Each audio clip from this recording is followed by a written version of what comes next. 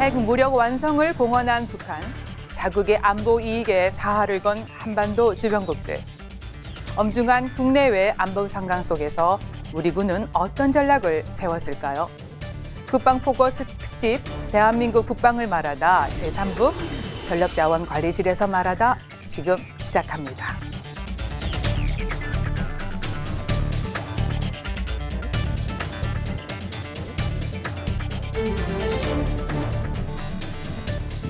올해도 우리 군은 커다란 안보적 도전에 직면해 있습니다. 강하고 평화로운 대한민국을 위한 실효성 있는 대책은 무엇일까요? 국방개혁은 더는 지체할 수 없는 국민의 명령입니다. 고조되는 군사적 위협에 능동적으로 대비하기 위한 최상의 전투력 보장 방안은 무엇인지 지금부터 2018 전력자원관리실의 주요 업무 계획을 살펴보겠습니다. 시청자 여러분 안녕하십니까? 국방포커스 윤지연입니다. 지금부터 2018년 전력자원관리실의 업무 계획을 살펴보겠습니다.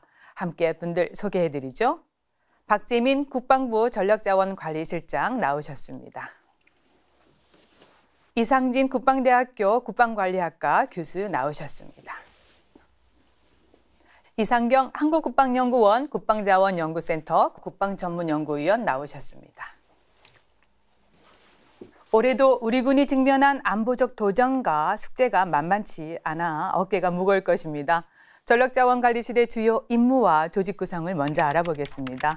실장님 소개해 주시겠습니까? 네, 저희 전력자원관리실은 군사력을 건설하고 유지하는 임무를 맡고 있습니다. 저희 국 산하에는 국이 지금 4개가 있는데 전력정책관실, 군수관리관실, 시설기획관실, 그리고 공항이전 사업단이라고 4개가 있습니다. 네. 그래서 우선 무기를 개발하고 구매와 관련된 업무를 하는 곳이 전력정책관실이고 그 도입된 무기를 정비하고 운영 유지하는 조직이 군수관리관실입니다. 네. 그리고 시설국은 또 전국에 이제 저희 군사시설이 워낙 많다 보니까 그걸 관리하기 위해서 시설 건설도 하고 유지도 하는 임무를 맡고 있고요. 네. 그리고 이제 공항 이전 특별법이 통과되면서 수원, 광주, 대구의 대도심에 이제 소음을 많이 일으키는 공항들을 이전하는 사업이 국가적으로 진행되고 있습니다. 그것을 하기 위해서 특별한 조직인 또 공항이전 사업단이 있습니다.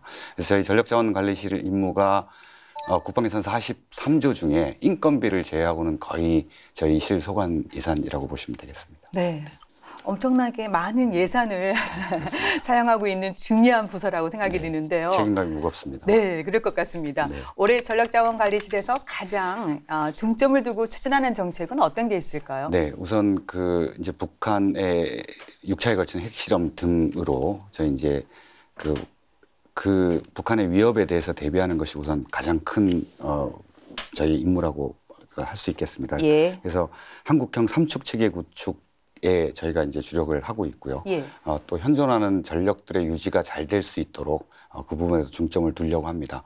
그리고 최근에 이제 그 국가적으로 안전사고들이 많이 있다 보니까 저희 이제 군에서도 포괄적 안보 대비 태세를 가지고 그런 많은 것들을 지원을 하고 있습니다. 아울러 저희 이제 60만 대군의 시설 관리라든지 이런 부분도 중점적으로 저희가 좀 집중을 하려고 하고 있습니다. 예. 그리고 나머지는 이제 장병 복지 분야입니다. 아무래도 저희 이제 장병 복지가 우리 군의 전투력과 밀접하게 연결이 되어 있기 때문에 모든 의식주 측면에서 아무 차질 없이 저희가 지원을 할 수 있도록 그렇게 추진을 하려고 준비하고 있습니다. 네, 그렇군요.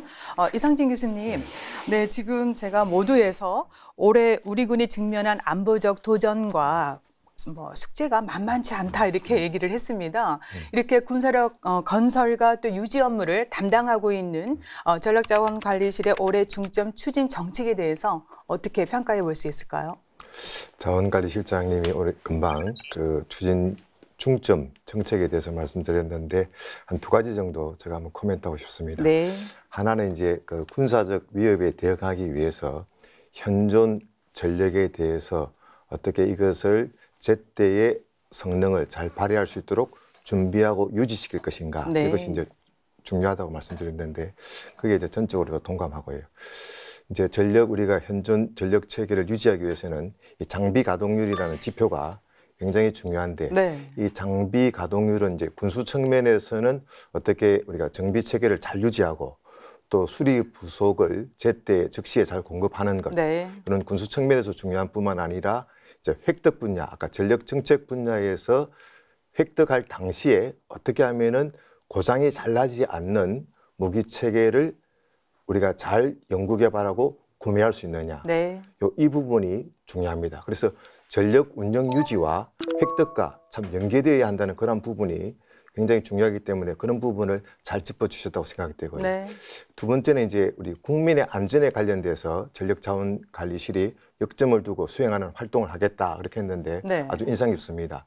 국가의 어떤 재난에 대응해서 이런 국민의 안전을 어떻게 하겠다 하는 이것은 우리가 전통적인 군사적인 작전이라든지 군사적 위협 이외에 조금 더 포괄적으로 안보를 포괄적으로 해석해서 임무를 그렇게 수행하겠다는 것이 참 인상 깊습니다. 네, 박사님도 말씀해 주시겠습니까? 교수님께서 말씀해 주신 것처럼 우리 한반도가 지금 직면하고 있는 안보 상황은 어느 때보다도 복잡하고 엄중한 그런 그 안보 환경이라고 생각합니다. 네.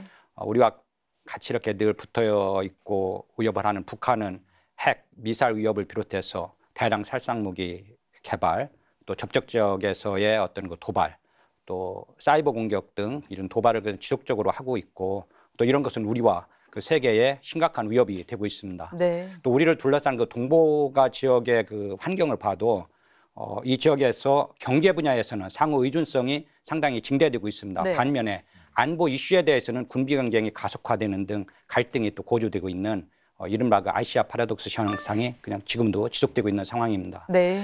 이런 환경 속에서 우리 지금 자원관리실장님께서 아까 말씀하셨던 그런 임무가 북한이 그 위협에 우리가 잘 대응하고 또 그걸 억제할 수 있는 능력도 확보해야 되고 네. 우리 주변국이 상호 그 경쟁적으로 군사력을 건설하고 있는 가운데서 또 일정 우리 국익을 지킬 수 있는 그런 일정 수준의 군사력을 건설해야 되는 이런 어려운 상황 속에서 아까 실장님께서 그 중점으로 제시해 준 일들이 국민의 그 지지 속에 잘 이루어졌으면 좋겠습니다. 네. 그래서요, 계속해서 실장님, 전력자원관리실의 그 군수관리 분야 중점 추진 과제를 먼저 살펴보겠습니다. 네. 말씀해 주시겠습니까? 네. 군수관리 분야는 아까 말씀드린 바와 같이 이제 도입된 장비들을 제대로 성능을 발휘할 수 있도록 가동률을 유지하고 그것을 정비 유지하는 것입니다. 지금 이 교수님께서 말씀해주신 무기 체계를 도입할 때부터 이 운영 유지를 생각해야 된다는 말씀은 정말 100% 공감을 하고요. 네. 그 여러 가지 이제 모든 장비들의 장비 가동률 유지라든지 이런 거를 다 잘 해야 되겠습니다만은 그러기 위해서는 각 그 장비들의 수리 부속 따로 사고 정비를 저희가 직접 하고 이제 이런 시스템이 보통입니다. 최근 이제 몇 년 전부터 첨단화된 무기에는 저희가 PBL이라는 제도를 도입을 해서 이렇게 그 패키지로 업체와 계약을 해서 잘하면 인센티브도 주고 못하면 이제 페널티가 들어가는 그런 식으로 군수 지원을 계약하고 있는데 그걸 점차 확대해 나가려고 하고 있고요, 올해는. 그리고 지금 기능성 전투복, 방탄복 등이 장병들의 전투력뿐만 아니라 어떤 복지라든지 개인이 느끼기에는 굉장히 큰 문제들입니다. 이것도 계속 기능 개선에 중점적으로 하려고 하고 있습니다. 그리고 급식은 여러 번 말씀드리겠습니다만 선택계약 제도 같은 것을 확대해서 장병들이 진짜 선호를 할 수 있는 그런 품목들을 좀 확대하려고 노력하는 것 등 그리고 역시 그 안전 문제는 제가 아주 중점적으로 올해 추진을 하려고 생각을 하고 있습니다. 네. 그래서 이제 교수님 군수혁신 말씀해 주셨는데 이것은 2014년부터 그 본격적으로 추진해 왔잖아요. 군수혁신이 왜 필요하고요? 우리나라의 군수혁신 추진 방향 제대로 가고 있는지 말씀해 주시고요. 군사 선진국에서는 또 어떻게 해야 되는지 혹시 있으면 말씀해 주시고 보완할 점도 말씀해 주시겠습니까? 네.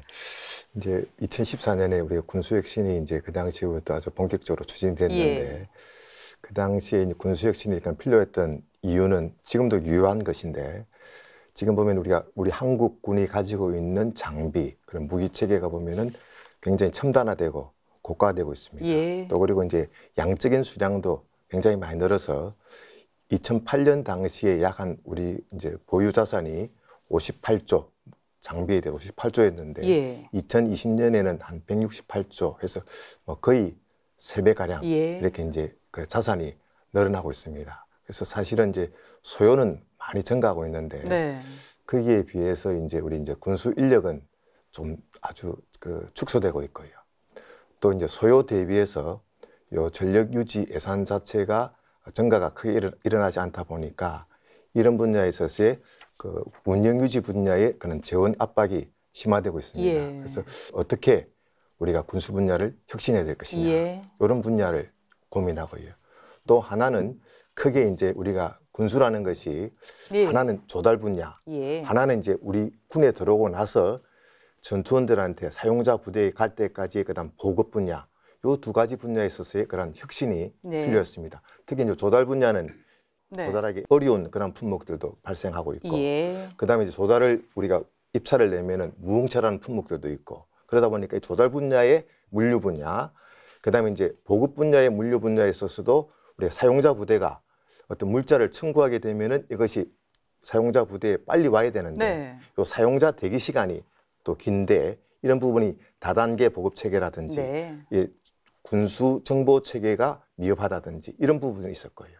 또 중요한 것은 민간에 아주 뛰어난 경쟁력이 있는 그런 업체들이 있는데 네. 이런 업체들한테 우리 군 규격 자체가 너무 상세하다든지 예. 과도하다든지 이런 부분들 때문에 업체들이 경쟁력 있는 업체들이 요 조달이나 이런 부분에 쑥 들어오지 못하는 네. 이런 부분들이 있었기 때문에 군수 혁신이 필요했다고 보고요. 네. 이제 군수 혁신이 그 당시 14년도에는 그 3개 분야, 16년도에는 이제 4가지 분야가 추가가 됐습니다. 네. 17년에 또 이제 3개 분야가 더 추가됐습니다. 네. 그래서 17년에 이제 탄약 지원, 또 군수 전시와 평시에 군수 지원을 어떻게 하면 일원화시킬 것이냐, 네. 군수 조직을 어떻게 효율적으로 할 것이냐, 이런 것들이 연도가 지나가면서 이제 기능 중심으로 추가가 되면서 과제들이 늘어나다 보니까 네. 전체적으로 좀 이런 그 전체 10개 과제하고 이런 세부 과제들이 좀 배열이 잘 돼서 이 과제를 수행하면 어떤 목표에 세부 목표에 기여하고 또 전체 목표에 기여할 것인가, 네. 이런 부분들이 좀 돼야 되는데 그런 통합적이고 연계적인 측면이 지금 조금 부족하다. 네. 그래서 이런 부분을 어떻게 하면 조금 통합적이고 연계적으로 해 나가야 될 것인가, 이것이 이제 하나의 지금 숙제이고 보완해야 될 그러한 올해 그러한 과제일 것 같습니다. 네, 실장님, 네, 지금 좋은 의견이신데 어떻게 생각하시는지. 네. 그 다음에 이제 올해 이제 군수혁신 의견을 주셨지만 네. 어떤 추동력 있게 추진을 해야 되지 않겠습니까? 네. 네. 역동성을 가지고 추진을 해야 되는데 네. 올해 추진 뭐 중점 목표랄까요? 어떻습니까? 네. 말씀해 주시겠습니까? 예. 그 오늘 이 대담 프로에서 정말 그 대한민국 최고의 군수 전문가이신 우리 교수님하고 네. 또 획득 전력 분야 전문가이신 또 이 박사님, 제가 평소에도 업무하면서 네. 모르는 거 있으면 항상 여쭤보고 자문을 얻는 분들입니다. 오늘 또 종합적으로 좋은 말씀 감사드리고, 저도 이제 좀 그 모르던 거를 이렇게 좀 배우기도 하고 이렇게 좀 인사이트를 지금 방금 얻었는데, 그 군수 혁신, 뭐 군수라는 거는 어쨌든 현재 존재하고 있는 저희의 전력, 무기체계뿐만 아니고 병력까지 포함되는 겁니다. 부대의 시설도 전력을 유지하기 위해서 필요한 것들이니까 그런 것들을 정말 최상의 전투력을 발휘할 수 있도록 유지해 주는 것입니다. 그걸 하기 위해서 이제 굉장히 복잡한 일들이 필요한데요. 네. 특히 이제 군수의 지금 이제 물류 분야, 조달 분야를 말씀하셨는데, 이게 참 대한민국 그 물류 이렇게 생각하시면 대한통운 등등 그 민간 회사의 텔레비에 자주 나오는 이렇게 창고 같은 거 보면 막 위에서 이렇게 그 엘리베이터 같은 거 날아다니고 막 이렇게 굉장히 자동화되고 잘 돼 있지 않습니까? 그런 시스템을 저희도 이제 도입을 하고자 하는데, 문제는 저희가 사용하는 품목은 너무 사용 빈도가 작고 어쩌다 한 번 쓰는데 품목이 너무 많은 겁니다. 네. 상용이 아니다 보니까. 그다음에 보급도 지금 대한민국 정말 전 세계 최고의 그런 어떤 물류 시스템을 가지고 있는데, 그것이 뭐 이렇게 마트들 중간에 또 보급소가 있어서 배분 다 해주고 민간 업체는 다 그런 걸 활용하고 있는데 네. 저희는 그게 안 되는 부분이 많은 거죠. 전방 산골짜기 곳곳에 요런 부대, 큰 부대, 작은 부대 막 이렇게 있다 보니까, 그래서 민간 것을 도입해서 하려고 하는 노력들을 정말 수십 년간 계속 해오고 있고, 지난 14년 제가 이제 2010년부터 12년까지 예산 편성 과정을 했었는데, 네. 그때는 군수국과 맨날 이런 부분에 대해서 개선하는 방안을 토의를 굉장히 많이 했던 시기였고, 그것이 14년부터 시작을 하신 거를 제가 이제 작년에 연말에 전력실장으로 와서 다시 보니 참 많은 부분이 되어 있더라고요. 네. 정말로. 그래서 굉장히 이제 기쁘게 생각을 했고, 그 실적을 저희가 이제 성과를 지금 분석하고 있는 건 연평균 그래도 한 700억이라는 예산은 절감하는 걸로 저희가 성과를 분석을 하고 있고요. 예. 물류 속도, 아까 말씀하신 그 속도가 과거 대비 40% 이상 개선이 됐고, 그다음에 조달 성공률은 그게 이제 아까 말씀드린 소량 다 품종 품목이다 보니까 조달을 내도 안 들어오는 거죠. 네. 그 성공률을 65%에서 72%로 한 7.7% 올렸습니다. 이 사실 굉장한 숫자입니다. 네. 그래서 이제 이런 것들을 더 발전시키면서 지금 교수님 말씀해 주신 어떤 좀 통합적인 관점, 그리고 저는 좀 그렇게 생각을 했습니다. 이렇게 군수혁신이라는 것에 처음에 3개로 시작을 하다가 10개로 늘어나는데 네. 그게 군수의 모든 분야입니다.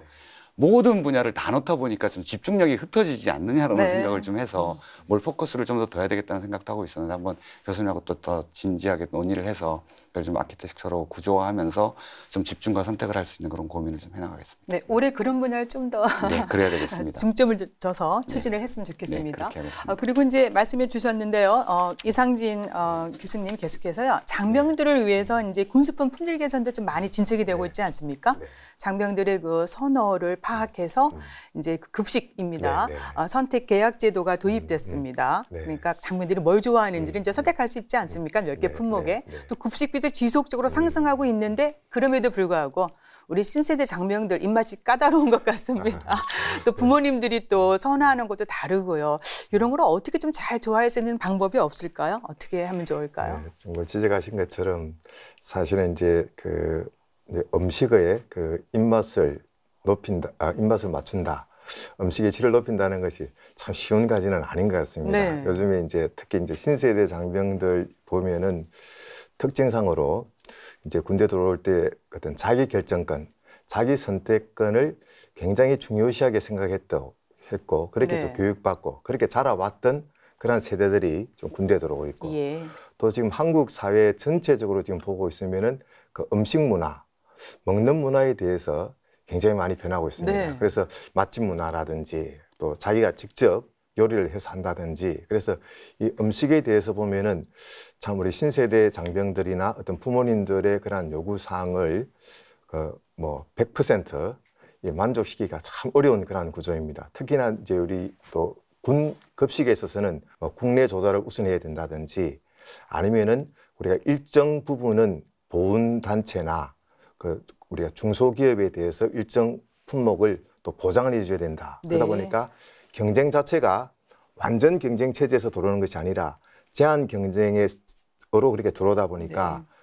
우리가 이제 품목 선택이라든지 이런 계약에 있어서의 어떤 좀 분리점이 그렇게 존재하고 있고요. 네. 그러다 보니까 그런 분리점이 있음에도 불구하고 이제 우리가 2016년부터 우리 이제 장병들에 대해서 또 선택적으로 급식할 수 있도록 선택 계약 제도를 우리가 도입했습니다. 그래서 처음에는 이제 주스류라든지 하다가 지금은 이제 여러 가지 분야, 라면, 카레, 게맛살 뭐 등등해서 좀 장병들이 선호할 수 있는 그런 부분으로 많이 올렸고요. 네. 그래서 그런 자기 결정권을, 자기 선택권을 좀 보장할 수 있도록 좀 그렇게 나아가고 있고 또 이제 그 급식비 자체도 사회단체 급식비 대비해서 전년도에 한 7,500여 원 수준이었는데 네. 이것이 이제 한 그 사회단체 대비해서 한 93.5% 정도 수준으로 알고 있는데 이것을 이제 내년도에는 100% 네. 이렇게 이제 그 올리고 있습니다. 그래서 그런 제도적으로 좀 보완을 하고 있고 예. 이제 음식의 질을 높이기 위해서는 아까 이제 말씀드렸지만은 우리 어머니와 같은 그런 조리원들을 통해서 좀 자격 있는 그런 조리원들을 통해서 이런 분들이 조금 더 이제 전문적으로 음식을 공급할 수 있도록 또 네. 이분들에 대해서 또 이제 교육 훈련이라든지 또 그 지역에 있어서의 그런 그 특산물을 네. 조금 그 지역 사회하고 그 협력을 통해서 네. 조금 우리가 가성비가 높게 네. 그렇게 한다고 그러면은 재료가 좋아야 음식의 질이 좋아지니까 또 이런 부분을 또 높인다든지 또 이제 그 우리 병사들한테도 토요일, 일요일에는 또 자기가 직접 또 요리할 수 있는 그런 또 기회를 한번 또 부여해 본다든지 네. 또 이런 여러 가지 측면에서 그 자기의 어떤 결정권이라든지 현재 그 사회적으로 변하고 있는 추세에 좀 대응할 수 있도록 네. 그렇게 나가면은 조금 그래도 좀 그 기대에 부응할 수 있지 않을까 생각이 됩니다. 급식의 질과 제도 개선을 위해서 특히 말씀해 주신 대로 가성비가 높은 품목을 네. 찾고 있다. 정말 네. 좋은 대목인 것 같습니다. 실장님 어떻게 생각하십니까? 네. 네. 역시 이제 그 예산이 가장 큰 문제일 것 같습니다. 네. 저희가 이제 최대한 예산을 많이 늘리려고 노력을 하고 있는데 저희가 보통 통상적으로 방위력 개선비를 제외하고 우리 쪽 전력 운영비는 전체 예산 증가율이 4에서 5% 정도 사이가 지난 5년간 평균 정도였는데 네. 지난 5년간의 급식비는 15년 평균이 14.7%를 증가를 시켰습니다. 그래서 중점적으로 재원을 배분을 하고 있는 그 분야이고요. 그게 아까 그 교수님은 이제 사회 전체 통계를 아마 말씀하신 것 같은데 제가 지금 가지고 있는 통계는 학교 급식비는 9,123원이라고 하고 저희 군급식비는 1일 7,855원이라 아직도 82% 정도입니다. 근데 이제 학교는 개별적으로 계약을 하고 우리는 전체 크게 계약을 하고 또 인건비 이제 병사들이 직접 하기 때문에 조리병들이 직접 하기 때문에 그런 걸 감안하면 조금 낮긴 합니다만은 그래도 저희는 이제 지속적으로 더 급식비의 총 양을 확보할 수 있도록 저희가 재원 배분을 더 해나가려고 하고요. 그 중간중간에 그 선택급식 선택계약제도라는 것이 이렇게 만두 같은 상용품이 참 맛있지 않습니까? 맛있는데 5개 업체를 놓고 보면 좋아하는 게 있는 거죠. 더 맛있는 게 또 개인 입맛에 맞는 것도 있기 때문에 이런 제도들을 도입을 자꾸 이제 아이디어를 얻어서 이렇게 그 과거에는 그냥 일률적으로 저가로 들어온다든지 뭐 이런 어떤 기준으로 공고를 내면은 한 업체가 다 들어오는 겁니다. 그거를 부대별로 할 수 있도록 좀 하는 그 자기 선택권, 자기 결정권을 높이는 그런 것들 저희가 교수님들 조언을 얻어서 많이 하려고 하고 있고 영양사라든지 민간 조리원도 아주 호평이 좋습니다. 그래도 우리 조리병들만 하는 것보다는 그래도 어머님 정말 손맛이라고 저희는 표현을 하는데 그런 것도 계속 지금 확대를 해나가고 있습니다. 여튼 군 급식 여건은 저희가 뭐뿐만 아니라 이제 그 위생 문제도 저희가 해썹 식당을 한다든지 해서 굉장히 관심을 많이 가지고 지속적으로 추진을 하고 있습니다. 또 잘 먹여야 또 그럼요. 전투력이 향상되는 거 아니겠습니까? 그렇습니다. 계속해서 애써주시고요. 교수님 그리고 국가 재난 극복을 위해서 대민 그 지원 태세 확립 중요하지 않습니까? 올해 군수관리 분야의 주요 업무로 지금 되어 있는데 그 대민 지원의 중요성 강조해 주시고요. 또 그 주요 대민 지원 현황이 어떤지 그리고 앞으로 어떻게 추진하면 좋을지 의견 주시겠습니까? 네, 그 대민 지원의 중요성에 대해서 말씀하려고 그러면은 우리 다른 국가들, 미국이나 일본들도 이런 그 국가적인 재해 재난에 대해서 군이 대민 지원을 하고 있습니다. 그래서 우리가 잘 알다시피 미국의 경험만 하더라도 2005년도에 그 허리케인 카트리나가 그 뉴올리언즈하고 이렇게 미시시피 지역을 휩쓸었을 때에 그 정규군하고 주 방위군 한 4만여 명이 동원이 돼서 그 당시에 이제 수색 활동, 구조, 구호 활동들을 했습니다. 그렇게 이제 참여하다 보니까 2008년도에 이제 카트리나보다는 한 단계 낮았지만은 구스타프라는 그러한 그 허리케인이 왔을 때 이제 카트리나 때는 인명피해가 한 1,800명 이상 우리가 난 것으로 알고 있습니다. 근데 구스타프 때는 인명피해가 불과 7명밖에 안 나지 않았습니다. 그 중요한 원인이 주방위군들이 신속 대응 주방위군들이 조기에 투입돼서 이 저지대에 살고 있는 흑인이나 빈민층들을 빠른 시간 내에 소개하고 이런 구조 활동들을 해서 인명피해가 적게 났다. 그래서 군의 대민 지원이 돋보이는 부분이거든요. 그래서 우리 국방 분야에서도 전년도에 한 6개의 분야에서 그 재해 재난에 대해서 대응한 것으로 알고 있습니다. 그러니까 우리가 가축 질병 AI에 대해서 방역 활동을 우리 군에서 굉장히 많이 지원을 했고요. 그다음에 포항에 지역에 지난 지진 피해가 일어났을 때 우리 그 지역에 있는 군인들이 지원을 했고 또 그 이외에도 지금 보면은 작년에 여름에 호우가 났을 때에 천안 이 괴산 지역의 우리 호우 피해 지원 그리고 또 뭐 그 위에도 산불이나 가뭄 지역에 대해서 폭설 지역에 대해서 하면서 작년에 한 17만 명 이상이 우리 병력들이 동원돼서 재해 재난을 지원했습니다. 이제 이 부분에 있어서 조금 제가 이제 보완되어야 하고 조금 더 이제 좀 해야 될 부분은 이제 우리 군의 임무 가운데 요 국가적인 재해 재난 이 부분에 대해서 대응해야 된다는 것이 우리 군의 좀 명확한 임무로서 좀 인식되어야 할 필요가 있다. 이것이 이제 재해 재난에 대응해서 우리가 국민의 신뢰를 획득하는 그뿐 아니라 또 중요한 것은 포괄 안보의 측면에서 국민의 안전을 위협하는 모든 것에 대해서는 안보적인 측면에서 우리가 대응해야 된다. 그래서 그런 명확한 인식이 필요한 것 같습니다. 그런 명확한 인식이 좀 전제되어야지만이 우리가 이런 재해 재난에 대비하기 위해서 필요한 장비가 무엇이냐, 필요한 물자가 무엇이냐, 그리고 어떤 병력들을 할 것이냐, 또 의료팀을 동원할 것이냐 이런 부분에 있어서 좀 컨센서스가 이루어질 수가 있고요. 또 하나는 또 이런 그 인식이 정확하게 되어야지 일상적인 군사 작전에 대한 훈련 이외에도 네. 재해 재난에 대해서 어떻게 대응할 것인가 이 매뉴얼, 네. 이 매뉴얼을 대로 소위 말하면 우리가 이제 어떻게 하면은 요 피해 상황 식별이나 확인에 대해서 어떻게 국가에 도움이 될 것인가. 네. 그다음에 수색 활동, 구조 구호 활동, 복구 활동 예. 이런 데 대해서 조금 더 우리가 잘 준비되고 장비가 잘 준비된다면 국민들로부터 더 네. 신뢰를 받고 하는 그런 임무가 되지 않을까 생각이 됩니다. 네, 알겠습니다. 이 체계적인 재난 대응 훈련 점점점 중요해지고 있습니다. 자, 그러면요, 실장님 계속해서요. 시설 기획 분야 올해 중점 추진 과제는 어떻습니까? 네, 저희 이제 시설이 전국에 저희가 약 11만 동 정도를 보유하고 있습니다. 11만 동 정도를 보유하고 있는데 그 중에서 노후된 시설이 30% 정도, 한 3만 동 이상 저희가 되는 걸로 지금 네. 보고 있고요.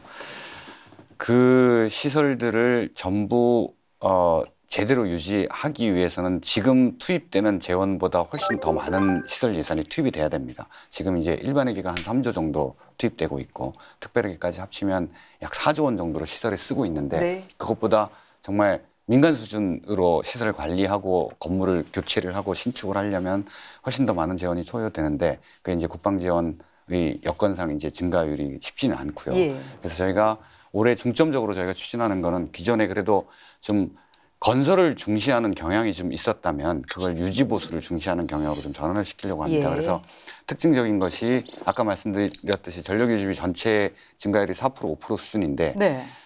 시설 분야 유지 보수비는 올해 예산을 20% 증액을 시켰고요. 저희 중기에도 지금 20%씩 증액 예. 반영을 해놓고 있는 상황이고 그것은 이렇게 좀 과감하게 좀 밀어붙이려고 하고 있습니다. 이제 그렇게 되면 각 부대에서 새로운 건물을 짓고 싶더라도 좀 반영을 못하게 될 것입니다. 네. 이쪽에 재원을 많이 투자하기 때문에. 그러나 이제 저희가 실증적으로 여러 가지 검토를 해봤더니 예를 들어 상무대에 약 25년 전에 지은 이제 같은 시기에 같은 정도의 예산을 투입해서 지은 건물 2개가 있는데 네. 하나는 좀 유지비가 한번 분석을 쭉 해봤습니다. 예. 유지비가 굉장히 많이 잘 투입이 됐고 한 부대는 거의 투입을 못했더라고요.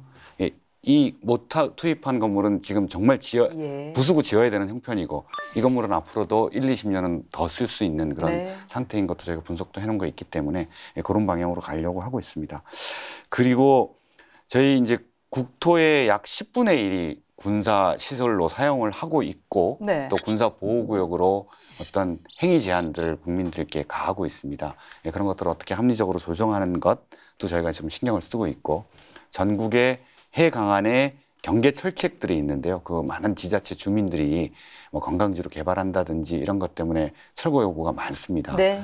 그런 것들도 저희가 단계적으로 철거를 좀 적극적으로 국방 예산을 투입해서 할 수 있도록 준비를 하고 있고 또 무단으로 점유하고 있는 사유지도 많이 있고 예. 그다음에 유유시설 방치된 거를 철거를 안 한다거나 향후에 쓸 용도가 있을지도 몰라서 과감하게 해제를 하지 않는 것들도 많이 있습니다. 네. 그런 것들도 권익위 등등과 협업을 통해서 저희가 뭐 지적도 좀 받고 하는데요. 그런 네. 것들도 이제 좀 정리를 해나가려고 하고 있고 그다음에 군사시설 주변 지역 지원법 등을 통해서 저희가 군사시설로 인해서 피해를 주고 있는 부분에 대해서는 어떤 보상이 있어야 되지 않냐라는 것을 몇 년째 지금 준비를 하고 있습니다. 이것도 네. 역시 재원 문제 때문에 이렇게 빨리 진도는 안 나가고 있으나 저희도 이것도 이제 중점적으로 좀 추진해 보려고 하고 있습니다. 네. 그리고요. 그 북한의 EMP 공격은 최근 개봉한 영화에서 예. 통해서 우리가 사실은 놀래기도 하고 또 북한의 어떤 이런 EMP 공격에 대해서 안보 불안도 증폭이 됐잖아요. 예. 네, 그래서 북한의 어떤 핵 위협에 대한 우리의 그 EMP 방어 시설 구축 계획에 대해서 말씀 좀 해주시겠습니까? 말씀하셨던 것처럼 뭐 EMP가 뭘까 이렇게 좀 막연한 생각하고 계시던 분들도 영화를 보면서 나중에 핵이 이런 또 핵전이 되면 이런 상황이 되겠구나 예. 하는 그런 거를 느끼고 뭐 간접적으로나마 또 걱정도 하고 뭐 이렇다고 생각합니다. 우리 핵을 공격하는 것이 이제 일반적으로 뭐 여러 가지 형태가 있는데 특히 이제 그 중에서 EMP 공격은 핵을 아주 고고도에서 폭발할 때에 그럴 경우는 이제 현상이 좀 일반적인 경우가 좀 틀리게 나타납니다. 네. 예를 들어 충격파의 영향은 좀 줄어드는 반면에 고고도에서 폭발하다 보면은 그쪽에서 나오는 핵 EMP 그것이 발생해서 많은 전자기기 이런 것에 대해서 피해를 아주 심각하게 주는 네. 현상인데요. 위에서 이 핵 EMP가 왜 이렇게 심각한가 하면 IT 기반 사회로 되어 있고 모든 것이 네트워크가 되어 있습니다. 예. 또 군사 장비도 다 전자기기화되고 자동화되다 보니까 옛날 재래식 그런 무기라든지 우리 사회가 재래식으로 살아갈 때보다는 현대 사회, 정보화 사회에서는 이 EMP 피해가 군대 또 이런 사회 모든 분야에 미치는 영향이 아주 지대한 상상을 초월하는 네. 그런 피해의 그 양상으로 저희들이 이제 생각을 하고 거기에 대한 대비도 잘 이렇게 하고 있습니다. 네. 특히 이제 국방 분야에서는 이런 북한이 핵이 현실화되고 또 이런 위협이 우리가 실질적인 우리 위협으로 이렇게 이제 다가왔기 때문에 거기에 대해서 준비를 미리 뭐 잘 하고 있습니다. 네. 그래서 그쪽에 있는 주로 피해를 받을 수 있는 주위시설이라든지 통신시설 이런 거에 대해서는 이미 그 방어시설을 구축했고 기타 시설에 대해서도 EMP 공격에 대해서 어느 수준에서 어느 건물부터 또 어느 보호시설부터 해야 될 건지 또 어떤 방식으로 해야 될 건지 이런 것들이 세부적으로 검토할 사항들이 많이 있습니다. 네. 왜냐하면 예산은 제한되고 또 시설이 공간이라든지 또 우선순위라든지 또 중요도 이런 것들을 다 종합적으로 검토해야 되기 때문입니다. 네. 그래서 그런 것들을 전문가 잠을 받아서 국방부에서 검토하고 있는 것으로 알고 있고 그런 것이 완성이 되면 가용 예산 범위 내에서 가장 빠르게 EMP 공격에 대해서 방어할 계획을 갖고 있는 것 같습니다. 국민들께서는 너무 이 군사 시설 또 군용 장비가 EMP 때 전혀 무용지물이 되는 거 아니냐 이런 뭐 걱정은 안 하셔도 될 것 같습니다. 네. 그리고 교수님, 직업군인 주거지원제도 이게 국방개혁 2.0에도 개혁 과제로 들어가 있고요. 저희도 한번 방송을 했습니다. 좀 더 이제 설명이 필요한데요. 현행 주거지원제도에 대해서 직업군인들이 느끼고 있는 체감도는 어떤 것인지 그리고 또 어떤 부분을 더 보완하면 좋을지 의견을 주시겠습니까? 네, 이게 이제 현행 지금 시행되고 있는 주거 지원 제도에 대해서 보면은 이게 이제 계급별로 보면 좀 차이가 선호도에 대해서 차이가 있는 것 같습니다. 네. 그러니까 크게 이제 세 개의 우리 계급 그룹을 좀 나눠본다 그러면은 연관급, 위관급, 부사관, 요 직업군인 요 세 개 부류에 본다 그러면은 이제 위관급들은 보직 교체가 1년에서 1년 반 이렇게 아주 짧게 이런 보직 교체를 하다 보니까. 네. 지금 이제 주거 지원 제도 가운데서 전세 대출 같은 것은 거의 뭐 경험도 없고 선호하지도 않고 2년 동안 뭐 우리가 전세를 하다 보니까 그런 경험이 없다 보니까 군관사를 선호하게 됩니다. 네. 그래서 군관사를 선호하는데 군관사 가운데서는 아무래도 이제 군에서 지은 간사는 노후화되어 있고 그러다 보니까 BTL이라든지 우리 군에서 매입한 아파트를 선호하는데 또 그 부분들은 뭔가 하면 군에서 그래도 좀 지휘관이라든지 이 연관급 장교들이 또 우선적으로 가다 보니까 네. 위관급 장교들이 좀 주거 지원 제도에 대해서 좀 불만이 조금 있는 것 같다. 예. 이제 연관급들은 이제 아무래도 이제 자녀들의 교육 문제라든지 맞벌이라든지 그러면서 좀 별거를 이렇게 하다 보니까 실제적으로 이제 가족들의 주거가 어떠하냐 이런 부분에 대해서 더 관심이 많고 또 이제 이후에 자기 집을 마련하는 이런 부분에 대해서 좀 이렇게 상당히 좀 관심이 많이 있습니다.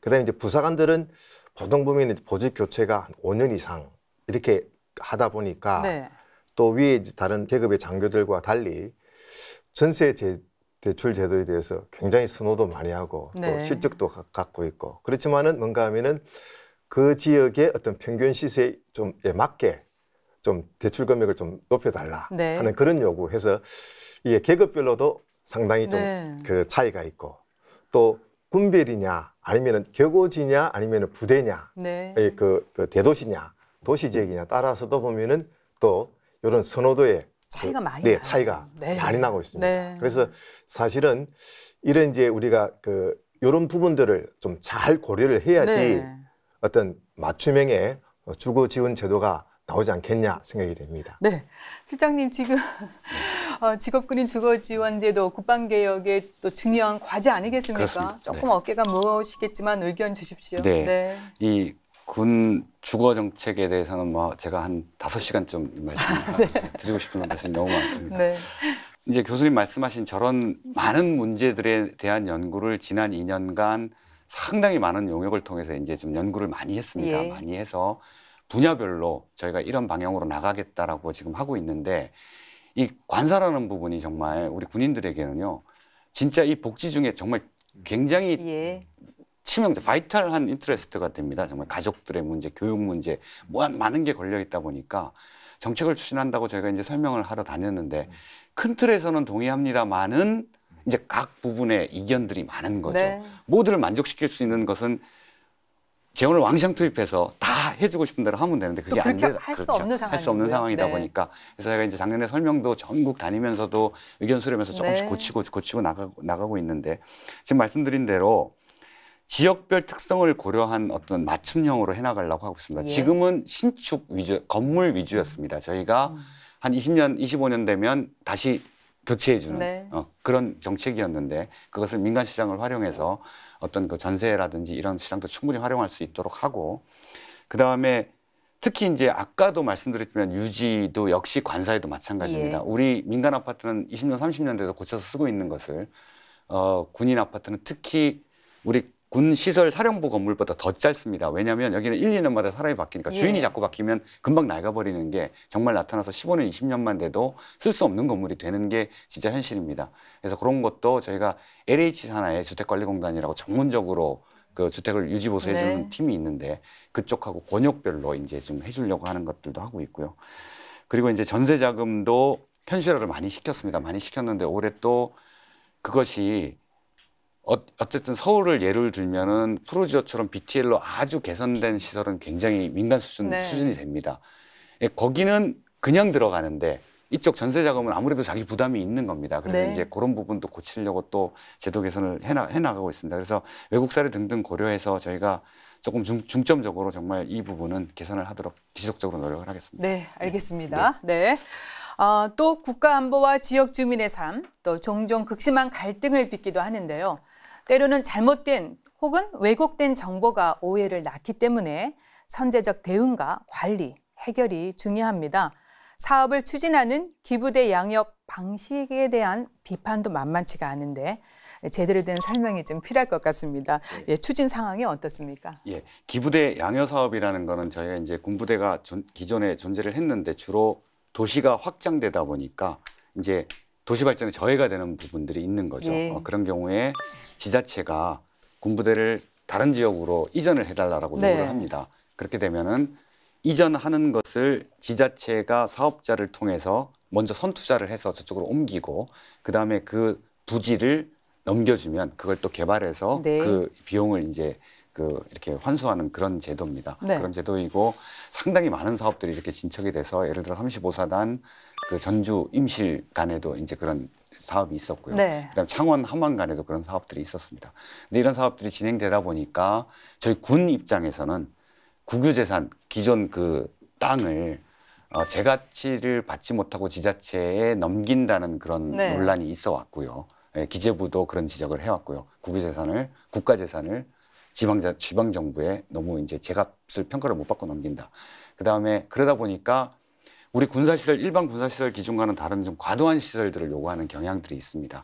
그래서 그런 양쪽에서 이제 문제들이 있었던 것을 15, 16년에 기재부, 권익위 등 관계기관과 함께 전면적으로 제도 개선을 좀 했습니다. 해서 투명성하고 이제 효율성을 제고를 했는데 그 주요 내용은 기부하는 재산, 양해하는 재산의 적정 가치를 확보할 수 있도록 하는 시스템을 만들어놨고요. 네. 법을 정비를 했고 그다음에 투명성 확보를 위해서 외부위원을 포함한 위원회가 신설됐고 네. 이게 이제 과거에는 기재부와는 상관없이 국방부와 지자체가 이제 사업을 진행했던 것을 기재부의 어떤 승인을 받고 네. 심의 절차를 거치도록 그렇게 한 3가지 중요한 그 제도 개선을 했기 때문에 앞으로는 그런 어떤 그 비판이나 논란이 조금 완화될 것으로 기대를 하고 있고요. 그 추진하는 와중에 또 어떤 문제가 있다면 또 점진적으로 개선을 계속 해나갈 네, 생각입니다. 좀 합리적으로 제도가 보완되니까 그렇습니다. 조금 더 이제 네. 좋은 의견이 나오지 않을까 그렇습니다. 싶습니다. 네, 네. 박사님, 네, 군 소음 대책 및 군사시설 주변 지역 지원을 위한 법제화, 요거 예. 추진도 난항을 겪고 있지 않습니까? 예. 그 이유가 무엇이고요? 어떤 부분에 좀 더 유의를 해서 진행을 하면 좋을까요? 그 중요성이 그 군으로 볼 때는 이제 주민들과 함께 있어야 되기 때문에 그 어떤 군 주둔 여건에 대해서 안정적인 그런 함께 할 수 있는 그런 여건을 보장받고 또 군 시설이나 이런 군대 기지가 이렇게 들어가 있다 보면 그 지역 주민들한테는 어떤 생활권에 대한 어떤 침해라든지 소음에 의해서 어떤 그런 그 재산권 이런 거 문제 또 지역 주변의 어떤 발전이 그 낙후성 네. 이런 것들에 대해서 정부에서 일정 부분 지원을 해줘야 되는 거 아니냐 하는 문제에 가지고 어떤 그 군뿐만이 아니라 또 민간 또 어떤 간이 모두가 필요하다는 그런 어떤 생생법안이라고 생각합니다. 그래서 원론적인 측면에서는 뭐 반대할 사람 없이 다 동의하고 필요한 법안이다. 이런데 실질적으로 그것을 이제 법제화하고 제도화하는 데는 또 많은 어려움이 있습니다. 그 특징을 우리는 군 시설의 어떤 특수성 이런 것을 찾아볼 수 있는데요. 우리 군 시설이나 기지가 어느 특정 지역에 있는 것이 아니고 전국에 산재되어 있고 많습니다. 그 종류도 다양하고 그러다 보니까 거기서 파생하는 어떤 그런 그 재산권이나 생활권 피해 형태도 또 다양할 수밖에 없습니다. 그러다 보면 거기에 어떤 그 지원을 해줘야 되는 기준이라든지 그 지원을 해줄 때 기준을 때 그걸 어떻게 과학적으로 잘 측정할 건지 또 이런 범위를 어떻게 할 것인지 이런 것들에 대해서 소요 재원이 너무 많이 차이가 납니다. 그래서 정부가 정책을 추진하는 것은 우리가 획득 가능한 가용 재원 속에서 추진해야 되는데 그런 가용 재원이 한계 속에서 또 이런 국민의 그 요구, 또 이런 기대 이런 것도 만족시키는 그 접점을 찾는 것이 아주 어려운 것이 이 문제입니다. 그래서 결국은 이런 문제들은 어떤 국민의 그런 어떤 재산권이라든지 생활권 이런 보장해 주는 그런 원칙은 지키되 결국은 가용 재원 속에서 해야 되기 때문에 어떻게 그 접점을 찾을 것이냐 하는 문제가 있고 또 소요 재원이 많이 들어가지 않습니까? 그러니까 국방부 혼자 감당하기는 어렵고 관련 그 부처, 정부, 국가적 차원에서 좀 지원이 돼야 된다고 생각하고요. 결국 어떻게 재원을 확보하더라도 그 국민적 요구하는 수준하고 정부에서 지원해 줘야 되는 그런 그 능력, 이건 갭이 있을 수밖에 없습니다. 그러다 보니까 상호 지속적인 소통, 이런 또 상호 접점을 찾아서 안보도 지키고 국민의 그 생활권, 또 재산권도 보장해 주는 그런 그 접점에 그런 이르는 그런 것이 중요한 법안이다 이렇게 생각합니다. 네, 실장님 말씀해 주신 대로 국가 재정도 생각해야 되고 국민의 재산권, 환경권도 고려해야 되는 그 접점을 찾아야 되는데 어떻게 해야 되겠습니까?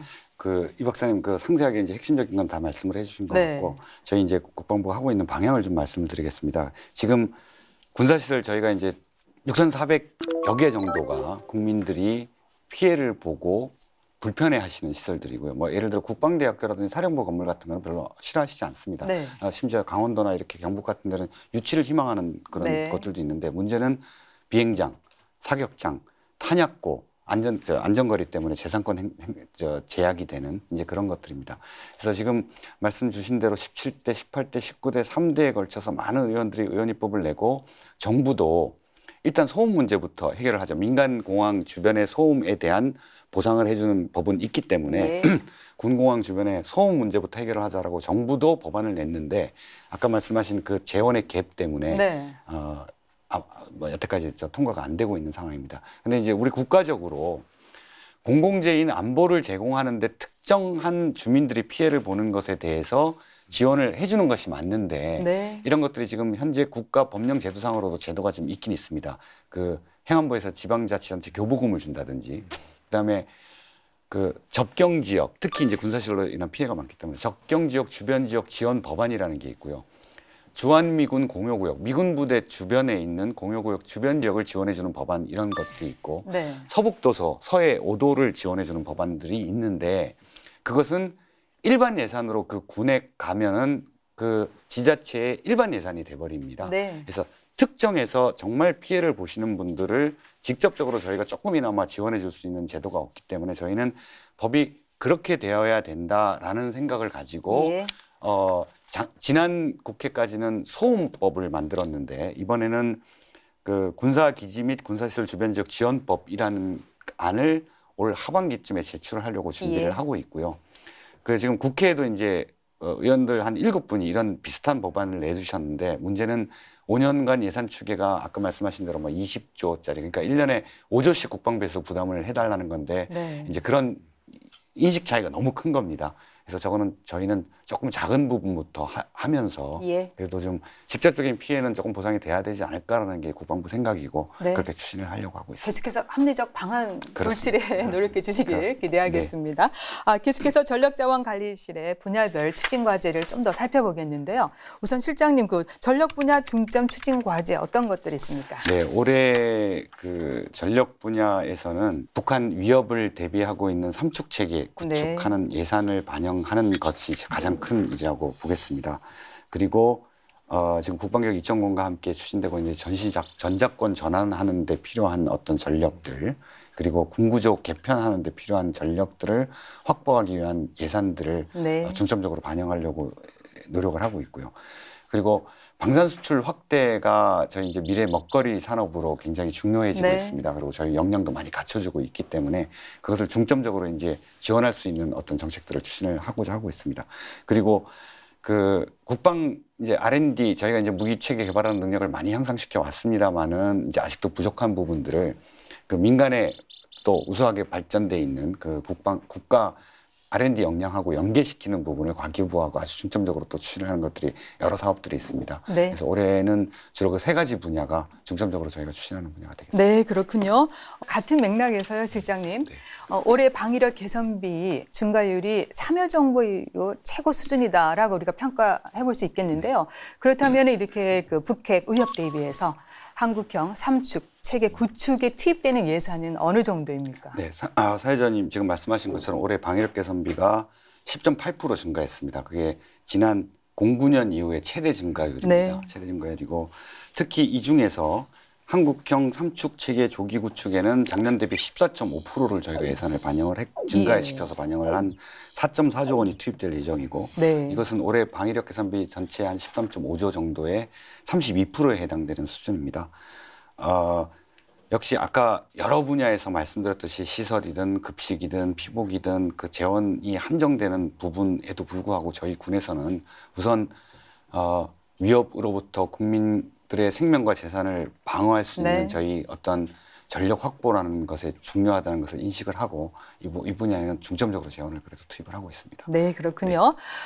또 향후 5년간의 군사력 건설과 운영의 청사진이라고 할 수 있는 방위력 개선 분야 국방 중기 계획도 올해 수립할 예정입니다. 182 중기 계획과 비교해서 차별화해야 될 부분은 무엇이고요? 또 국가재정 운영 계획과 국방중기 계획 간의 격차 어떻게 줄여나가야 할지 이 부분에 대해서 좀 더 살펴보겠습니다. 네, 박사님 말씀해 주시겠습니까? 예, 국방 중기 계획이 5개년 계획인데 그게 매년 이렇게 별도로 독립적으로 하는 게 연동 계획이라고 그럽니다. 지난번 계획에 기초해서 매년 이렇게 새롭게 업데이트 시키면서 이렇게 발전시켜 나가는 계획이어서 네. 이번에 작성하는 국방 중계 계획도 지난번 중계 계획과 그 연동 계획선상에서 이렇게 작성될 거고요. 금년에 작성되는 중계 계획은 뭐 다 아시다시피 국방 개혁 2.0이 새롭게 작성되어 있지 않습니까? 네. 그래서 그쪽에서 제시한 어떤 국방 분야의 그 청사진이 잘 반영되도록 아마 그렇게 작성될 것입니다. 네. 특히 그 중에서 이제 방위력 개선 분야 같은 경우는 아까도 뭐 시장 여러 말씀하셨지만 3축 체계 구축을 가속화하는 그런 전력, 또 신작전 개념에 따른 그 작전 개념에 필요한 소유 전력들이 있습니다. 거기에 네. 대한 전력들, 또 부대를 이렇게 개편하고 하는 이런 국방 개혁 속에 군구조 개편이 이제 있으니까 예. 그 군구조 개편에 따른 또 추가되는 전력들, 또 지금 전자권 전환에 대한 또 소유 전력도 있으니까 이런 것들은 뭐 중점적으로 들어갈 것이고 국방 중계 계획은 그런 데 대한 소요 재원이 어떻게 되는 건지를 잘 판단을 하고 또 가용 그 재원 속에서 그걸 어떻게 잘 할당해야 하는 그 재원 판단과 할당이 문제가 있는데 예. 이런 것들이 아마 그런 쪽에 중점적으로 될 것 같고요. 아까 실장님께서 말씀해 주셨죠. 그 위에도 우리가 그 4차 산업혁명 시대에 맞는 어떤 과학기술군으로 가는 게 위해서 필요한 전력들, 네. 그런 또 예산, 또 미래전을 준비해야 되기 때문에 거기에 대한 새로운 연구개발 이런 데에 대한 그 소요되는 예산도 아마 잘 챙겨야 된다고 생각을 하고요. 네. 또 많은 분들이 걱정하는 것처럼 국지도발 관련된 전력도 정규전에 대한 대비 전력 이런 것도 지속적으로 챙겨야 된다고 생각을 합니다. 네. 그리고 아까 또 다른 질문은 이제 국가재정운용계획하고 네. 국방중개계획과 이게 갭이 항상 있는데 어떻게 할 것이냐 이런 말씀하셨는데 국방 예산도 크게 보면 국가재정운용 큰 틀 속에서 움직이기 때문에 그 갭은 네. 취소해야 된다고 생각을 합니다. 그 접근적 방법에서는 국가재정운용계획을 수립할 때에 국방부에서 소요하는 그런 그 재원 그런 것이 그쪽에 잘 반영될 수 있도록 국방부가 가지고 있는 계획, 네. 우리가 가지고 있는 여러 가지 필요한 것들에 대해서 사전에 설명을 하고 많은 협의를 통해서 공감대를 형성해서 가능한 국가재정운용계획에 국방 관련된 예산이 많이 반영돼야 되고요. 일단은 이제 국가재정운용계획이 수립된 후에 거기에 맞춘 국방중개계획을 수립할 때는 그 갭을 너무 크지 않게 네. 해서 그 합리적 수준에서 그런 의지를 반영을 하고 그걸 잘 관리하는 게 필요하다고 생각합니다. 더불어서 국방 예산 이런 요구하는 것이 이제 재정 당국이나 이런 데서 잘 할당 받으려면 우리가 요구하는 예산에 대한 신뢰성 네. 그런 것이 높아져야 됩니다. 그래서 필요한 소요 재원을 산출해내는 비용 분석, 사전 분석 이런 기능도 좀 강화돼야 되고 예. 또 돈을 주었으면 그거를 매년 집행을 잘해야 다음에 또 돈을 요구할 수 있는 게 있기 때문에 집행력을 네. 제고하는 문제 또 한 번 발당그기식 얘기를 많이 하기 때문에 시작된 사업이 끝때까지 잘 관리될 수 있도록 총사업비 관리 네. 이런 것들 그 관리적 측면에서 또 비용을 추계하고 또 그거를 산출하는 그런 측면에서도 좀 더 신경을 써야 네. 국가 재정 운용 계획하고 국방 중계획 또 국방 예산과의 연계선상에서 좀 신뢰성을 높이는 또 재원을 많이 확보할 수 있는 예. 또 국민의 지지를 받을 수 있는 그런 여건이 되지 않나 이렇게 생각합니다. 그리고 실장님 아까 언급을 살짝 해주셨는데 방위 사업 이 부분 네. 지금 뭐 굉장히 중요하게 여기고 그렇습니다. 예. 계시지 않습니까? 네, 그렇습니다. 세부 예. 추진 네. 사항에 좀 말씀해 주세요. 네, 그렇습니다. 그 방위사업 개혁 분야도 국방개혁 2.5의 이제 큰 분야 중에 하나로 또 별도의 아주 큰 과제로 또 진행이 되고 있습니다. 방위사업 관련해서는 적절하게 정말 뭔가 좀 큰 틀에 좀 변화는 필요하다고 저희는 생각을 하고 네. 그것을 중점적으로 한 4가지 분야로 지금 저희가 생각을 하고 있습니다. 첫 네. 번째는 무조건 비리는 정말 원천적으로 차단할 수 있는 더욱더 강력한 시스템을 도입을 하겠다라는 거고 이제 예를 들어서 그 방산 브로커라고 이제 흔히 뭐 이렇게 통용되는데 방위사업 입찰에 조력하는 제3자들에 대해서 지금은 등록제 시행 정도로 이제 이렇게 도입을 해놓은 상태인데 네. 어떤 양성하기 위한 뭐 첫 단추 정도였지만 그걸 처벌을 강화하고 좀 더 전수조사를 하고 시스템으로 하고 그 다음에 이제 기관 간의 어떤 정보를 공유를 해서 어떤 체계를 좀 갖추는 것 등등도 저희가 생각을 하고 있고요. 네. 또 이런 한편에 업무 종사자들이 너무 위축돼 있습니다. 이제 그런 부분들도 좀 개선할 수 있도록 성실수행 인정제도라든지 적극 행정 책임 면책제도 같은 것도 좀 도입을 하려고 하고 있습니다. 네. 그리고 06년 이후에 방사청 개청돼서 이제 굉장히 절차가 갖추어지고 많은 그 발전이 있었습니다만은 투명성이 많이 강조되다 보니까 연구개발을 하는데 74단계를 거쳐야 되는 그런 이제 약간 레드테이프 같은 네. 현상이 생기기도 했습니다. 그런 것들을 좀 효율적으로 획득 제도를 개선을 하는 것을 많은 토의를 지금 하고 있고요. 네. 사업 관리를 여러 가지 이제 유연화하는 겁니다. 연구개발 사업은 지금 탐색개발, 체계개발, 양산 이렇게 딱딱딱 구분돼 있고 그 사이에 많은 위원회를 거치고 많은 의사결정을 거치고 해야 되는데 그거를 좀 더 유연하게 하는 방안이라든지 또 구매하는 것도 지금 FMS하고 상업구매 2가지입니다. 그 부분들도 조금 간접구매, 신속구매 이런 것들을 좀 늘리려고 하고 있고요. 네. 그리고 또 하나는 이제 그 국방부의 역할이 조금 약해진 가운데 이제 시스템이 운영이 되다 보니까 조종 통제, 협업을 하는 시스템이 좀 약한 것 같습니다. 그래서 네. 그런 것들을 좀 중점적으로 좀 키우려고 하고 있고 R&D는 아까 제가 말씀드린 대로 국가 역량을 좀 많이 우리 국방 분야에 예. 끌어오는 과기부와의 협업을 강조를 하고 있고요. 그다음에 방산 수출은 정말 적극적으로 미래에 더 수출을 주도할 수 있는 어떤 산업화를 하기 위해서는 저희가 지금까지는 군이 필요로 하는 무기를 개발하는 업체가 개발하는 그런 부분이었는데 우리의 어떤 기술력을 가지고 미래 도전적인 그 네. 무기 체계를 개발할 수 있는 시스템들도 제가 지금 만들어 나가려고 하고 있습니다. 그래서 궁극적으로는 그런 것들이 방산 업체를 이제 진흥하고 수출을 더 증가시키는 데 도움을 줄 거라고 생각하고 네, 있습니다. 방산 경쟁력 강화로 해서 그렇습니다. 많이 또 애써주시기를 기대해 보겠습니다. 네, 지금까지 올해 전력자원관리실의 주요 업무 계획을 살펴봤습니다. 분야별로 계획이 정말 촘촘한데요. 앞으로 이런 계획을 어떻게 추진해 나가야 할지 효율적 추진 과제에 대해서 한 말씀씩 듣겠습니다. 자, 우선 이상진 교수님 말씀해 주시겠습니까? 과제들이 굉장히 많은데 이 과제들이 이제 전체를 다 하기에는 사실은 상당히 많이 힘들 거로 생각됩니다. 그래서 사실은 이제 그 자원관리실 차원에서 전체를 어떤 잘 컨트롤해야 되겠다. 그래서 이거를 이제 뭐 반기별이라든지 이렇게 우리가 평가를 할 때에 그런 좀 더 구체화되고 목표가 좀 개량화될 수 있도록 노력해야 되겠다는 거하고 또 하나는 여러 가지 지금 이제 우리가 군수 혁신이라든지 그런 개혁 과제들이 상당히 필요한데 네. 그 내부의 지원이 상당히 중요하다고 생각됩니다. 외부 우리 국민으로부터 신뢰를 받는 측면도 중요하지만은 내부의 지원을 받는 측면이 굉장히 중요하기 때문에 이런 내부의 지원을 받을 수 있도록 그럼 소통을 더 강화하고 그렇게 해서 또 내부의 그런 지원을 받아서 행하면 상당히 좋겠다고 생각됩니다. 네, 좋은 말씀이십니다. 네, 박사님도 말씀해 주시겠습니까? 예, 이 실장님께 쭉 말씀해 주셨던 전력자원관리실의 임무가 복잡하고 예. 또 이해관계자 많습니다. 또 예산도 많이 소요됩니다. 그리고 아까 말씀드린 국방 예산의 대부분을 사용하지 않습니까? 네. 그만큼 또 전문적인 어떤 식견과 책임감, 또 투명성 이런 것들이 뒷받침되지 않으면 업무를 추진하기 네. 아주 어려운 분야입니다. 오늘 시장님 말씀을 쭉 듣다 보니까 국민 한 사람으로서 마음 든든한 마음이 네. 있습니다.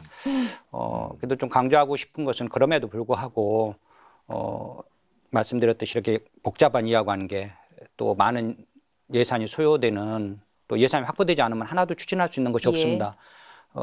예산이 소요되는 것일수록 국가 재정을 이렇게 할당하는 우선순위 측면에서 국민의 지지를 받아야만 되기 네. 때문에 어떻게 국민이 성원과 지지를 받을 것인가 하는 측면에서 좀 더 국민의 눈높이에서 국민에게 좀 더 홍보하고 또 알리고 또 늘 소통하고 그러면서 국민의 지지 속에 생각하시는 그런 일들이 또 금년에 그 계획한 그런 중점 추진 과제들이 잘 추진됐으면 좋겠습니다. 네. 네, 이상입니다. 네, 실장님 좀 어깨가 무거우시겠지만 네, 말씀 부탁드립니다. 예. 감사합니다. 저희 전력자원실은 제가 처음에도 말씀드렸지만 외부의 위협으로부터 국민의 생명과 재산을 보호하기 위해서 어떤 필요한 전력들을 확보하고 그것을 잘 유지해서 대비태세를 유지하는 것이 저희 목표입니다. 네. 이 기본적인 임무는 열심히 하고요. 그 와중에 지금 두 분 그 패널께서 말씀해 주신 신뢰 문제를 저도 굉장히 예. 중요하게 생각을 하고 있습니다. 저희가 그 많은 예산을 들여서 그 복잡한 과정을 거쳐서 쓰는데 그것이 신뢰가 없다면 그 예산을 그렇게 지속적으로 지원도 안 해주실 것이고 또 그 믿질 않으시겠죠. 네. 그래서 저희도 정말 신뢰가 굉장히 중요하다고 생각하고 그것을 위해서 어떻게 협업하고 소통할 것인가 그리고 외부에 개방을 하고 그다음 외부의 전문성을 어떻게 저희가 조언을 잘 받아서 진행할 수 있을 것인가 하는 것들을 제 밑에 이제 국장이 4분 있고요. 네. 방위사업 TF까지 5분이 계신데 국장님들하고 맨날 그 토의를 하고 있습니다. 그래서 네. 분야별로 국장들도 굉장히 열심히 해주시고요. 그런 소통을 강화하면서 신뢰를 얻을 수 있도록 국민의 신뢰를 얻을 수 있도록 중점적으로 열심히 잘 하겠습니다. 네, 네 오늘 도움 말씀 여기까지 듣겠습니다. 고맙습니다. 감사합니다. 성공적인 국방개혁 2.0의 완성과 북핵 위협 대비, 필수 전력 확보를 위해 국가 재정 여건 조성과 신뢰성 있는 효율적 전력 종강은 필수 요건임을 다시 한번 강조해 보면서요. 특집 국방 포커스 2018 대한민국 국방을 말하다 3부는 여기서 마치겠습니다. 다음 주 제4부 국방부 기획조정실에서 말하다에서는 김정섭 국방부 기획조정실장과 함께 찾아뵙겠습니다. 함께해 주신 여러분 고맙습니다. 안녕히 계십시오.